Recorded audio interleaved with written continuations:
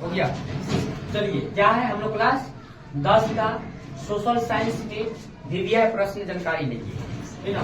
और long question है जो 4 और 5, 4 मार्क में भी और 5 मार्क में भी आ सकता है, ठीक ना। इसमें 3 प्रश्न है। रूसी क्रांति, कौन क्रांति? रूसी क्रांति, जो इतिहास की प्रश्न है, और भारतीय संविधान की विशेषताएं सिविक से है, और स्वामित्व के आधार पर संसाधन का वर्णन करना जियोग्राफी से है, ठीक ना। समझिए,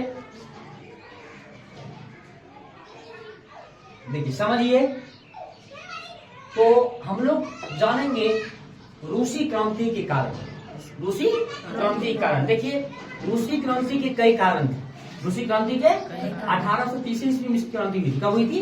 1830 ईस्वी में, ठीक ना। तो रूसी क्रांति के कई कारण थे, समझ लीजिए कौन कौन सा कारण था। हमने बता दिए कि मजदूर की दयनीय स्थिति, मजदूर की दयनीय स्थिति, उसके बाद कृषकों की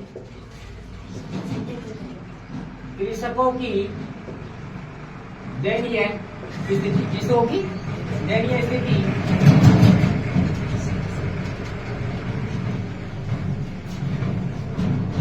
रूसी क्रांति की नीति, उसके बाद औद्योगिकरण की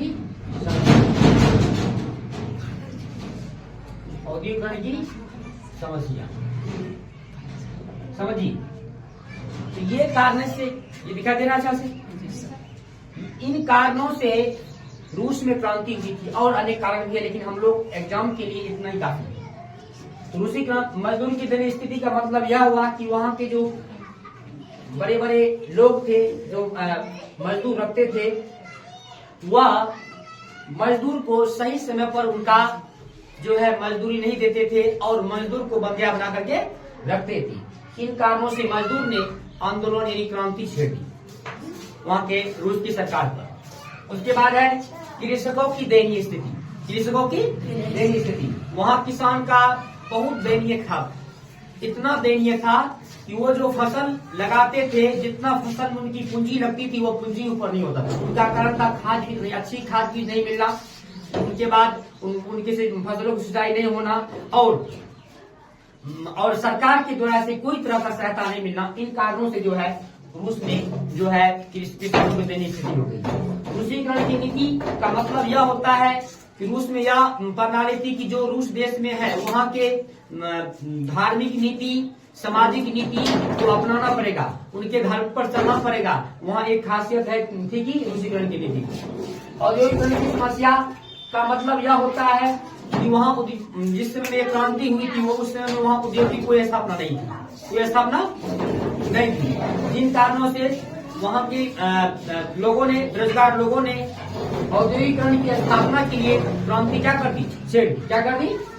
चलिए उसके बाद क्वेश्चन है भारतीय संविधान की विशेषताएं। समझ लीजिए, हमने बता दिए कि भारतीय सिविक्स से क्वेश्चन है, भारतीय संविधान दुनिया का सबसे बड़ा संविधान है। भारतीय संविधान दुनिया का सबसे बड़ा संविधान है। ये अंशतः लचीले और क्या है? कठोर है। अंशतः लचीले और कठोर है।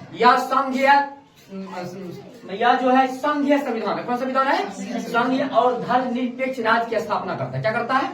धर्मनिरपेक्ष राज्य की स्थापना करता है। समझ में आ गया? चलिए उसके बाद जियोग्राफी से जो है दिया है कि स्वामित्व के आधार पर संसाधन का वर्णन करना है। स्वामित्व के आधार पर संसाधन का वर्णन करना है। तो सबसे पहले परिभाषा संसाधन का जानना है। क्या जानना बताइए? संसाधन उसे कहते हैं जो वस्तु हमारे उपयोग में आता है। संसाधन उसे कहते हैं जो वस्तु हमारे उपयोग में आता है, उसे क्या कहते हैं? संसाधन कहते हैं। अभी समझिए, संसाधन, स्वामित्व के आधार पर संसाधन के 4 प्रकार है। व्यक्तिगत संसाधन, सामुदायिक संसाधन, राष्ट्रीय संसाधन और अंतर्राष्ट्रीय संसाधन। देखिए व्यक्तिगत संसाधन हमने बता दिए। व्यक्तिगत संसाधन उसको कहते हैं जो किसी खास निजी व्यक्ति का होता है। जैसे मान लीजिए किसी का कलम है, किसी का किताब है, किसी का अपना घर है, तो क्या हो गया? व्यक्तिगत संसाधन हो गया ना। उसके बाद है सामुदायिक संसाधन, पूरे समाज के लिए होता है। एक खास व्यक्ति के नहीं होता, बल्कि पूरे समाज का होता है। ऐसी जगह, ऐसी वस्तुएं, उन्हें क्या कहते हैं हम लोग? सामुदायिक संसाधन। जैसे मान लीजिए कोई स्कूल है, कॉलेज है, या कोई क्या कहते हैं सामुदायिक भवन है, पंचायत भवन है, ये सब क्या हो गया? सामुदायिक संसाधन हो गया। उसके बाद क्या है? क्या है?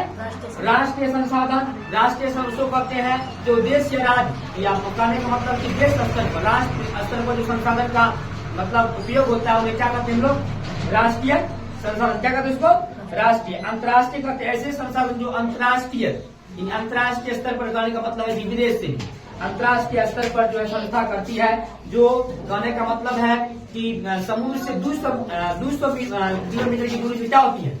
ऊंचे होती, क्या होती है? उसे हम लोग क्या कहते हैं?